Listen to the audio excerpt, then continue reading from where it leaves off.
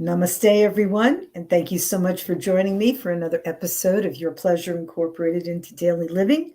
I am your host, Ellen Nicholas Rathbone, sensuality consultant, sex educator, and life coach with Dream Builders Institute. Today, I want to talk about one of the most exciting inventions ever created by the thinking man or woman, and that is erotica. But first, I want to make a very clear distinction between erotica and pornography. Okay. Erotica is the written word, it is used to stimulate your imagination. And if you think about it, it is your imagination and in your mind where excitement begins. So, especially in relationships that are regular, staid, long lasting, same partner sort of situations, things can get a little bit predictable. So, by adding a little element of erotica to the mix to stimulate one another, not only can it give you a little bit extra to get excited about, but it can also fire up your imagination. Now, the difference between erotica and pornography, especially movies, we call them porn, is that erotica actually has all kinds of details as to how a person, why a person gets excited. And in them describing their buildup of excitement, they're getting you excited at the same time. Whereas pornography or porn movies, they don't really leave very much to the imagination. It's a lot of naked bodies.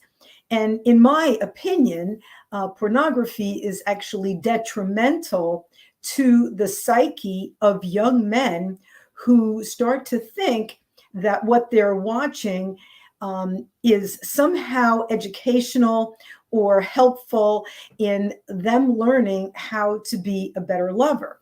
Because in pornography, it's mostly about the man getting off and the woman being used to get off. Now, and there's nothing wrong with two bodies getting together and being excited over one another.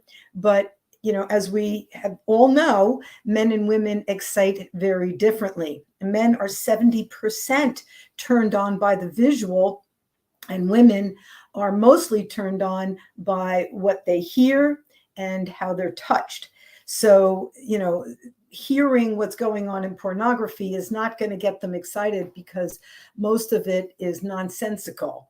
So in literature, though, the descriptions are so juicy and so delightful and so exciting that you put yourself in the place of the people that are living this situation, and you can't help but get excited.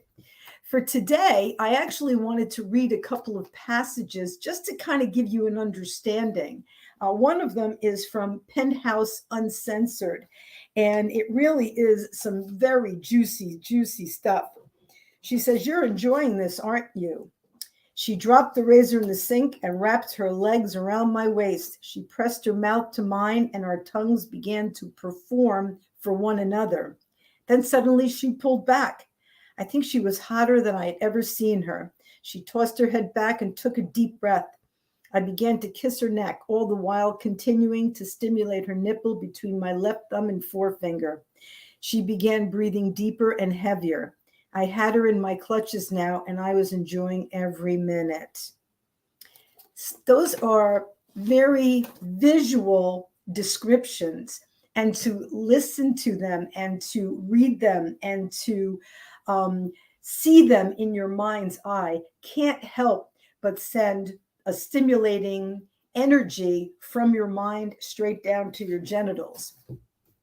Now, there's another book on erotica that I have here. It's Best Bondage Erotica.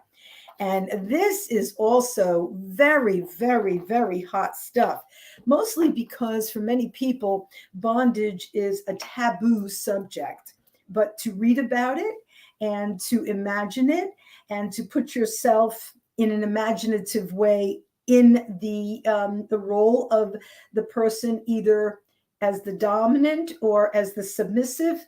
Very, very hot, all depending on what it is that you like. I felt something nudge me open, but it wasn't his mouth or his finger.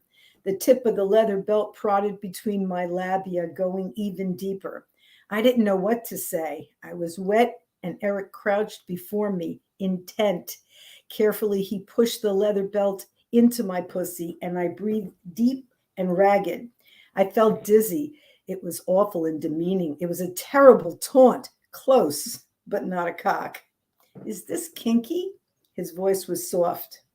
I didn't answer. He pushed a little more, and I didn't close my thighs or try to stop him. This is the kind of stuff that just to listen to it is exciting and in its own way educational for adults. And that's a point that I would also like to make. Today's society is introducing children to a form of pornography in the school systems. This, I believe, is very, very wrong.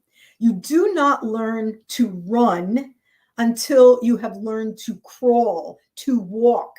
Okay, so you do not learn about sexual techniques and sexuality when you are a baby, when you are a child. This is very, very confusing for children. So erotica is meant for adults, grown people who want to add a little spice, a little variety, a little excitement, something different to the relationship without any drastic consequences happening to their bodies or to their choices.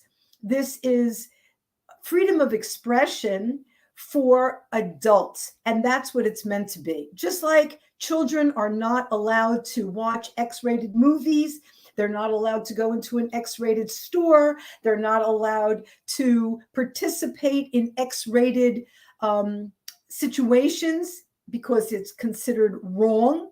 Well, so it is also wrong to introduce children to things about sexuality that are way beyond their understanding, way beyond their abilities, and right now, way beyond anything that they should be learning. Okay?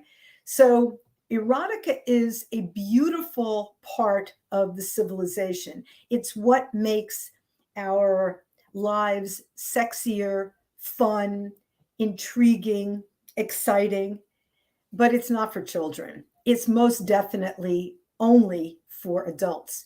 When I was doing my pleasure parties, there are several times where someone wanted to bring a 16-year-old into the pleasure party, and I would say no.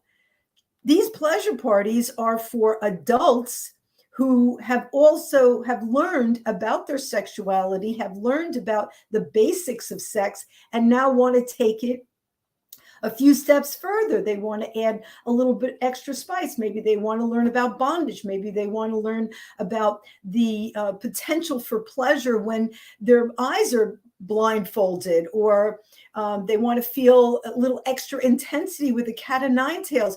There's so many extras that can happen in an adult sex life. But they're not for children. They're not for teenagers. They're not for 10-year-olds or less. They are for people who are grown adults. I didn't even want to talk to 18-year-olds because 18-year-olds are just learning about their bodies. They're just learning about orgasmic expression. So everything in its own time. And when children become adults, if they want to learn something more, if they want to delve into the fascinating world of erotica, which has been around for centuries, then I definitely think it's a fun and wonderful way to learn a little bit about yourself and to learn a little bit about your partner and to fire up your imagination. One of the oldest erotica books was Man with His Maid. That was, oh my God, I read that book long time ago, and it has stuck with me forever. It's just every time I even think about it, I get a little wet because it's just so exciting. And then another one which was made famous was Fanny Hill. Again, just the story is, it almost makes you kind of relate to the character. And then when you do relate to the character, then you sort of relate to all of her experiences as well. And while you're busy relating, you're getting excited at the same time. So in a way, it's almost like having foreplay, because foreplay is stimulating the mind, and the mind is where your orgasm starts. If your mind is excited, the rest of you will get excited. If your mind is bored, then the rest of you will be bored as well. Or maybe just annoyed that someone's trying to stimulate you when your mind isn't into it. So the mind is where it all starts, and the written word can be one of the most exciting mediums for stimulating your imagination and your body. Anyway, I hope you have enjoyed this portion of Your Pleasure Incorporated into Daily Living. If you have any questions, please get in touch at ypi69@hotmail.com. Ask a question. Maybe it will be the subject for one of my shows. Thank you so much for joining me. Make sure you do your Kegels. Thank you so much for being here. Namaste, everybody. Love you.